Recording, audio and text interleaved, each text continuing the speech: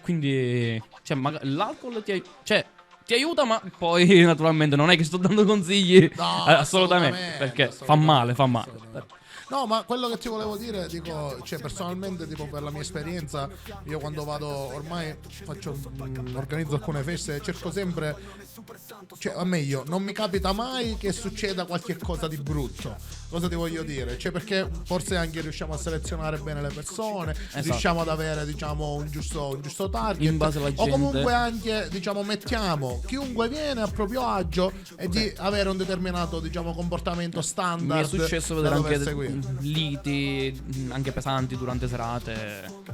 Cioè, questa è una cosa che io non ho mai capito. Cioè, tu esci il sabato sera per andarti a divertire e ti ritrovi nel mezzo di una lite proprio esagerata senza capirci niente.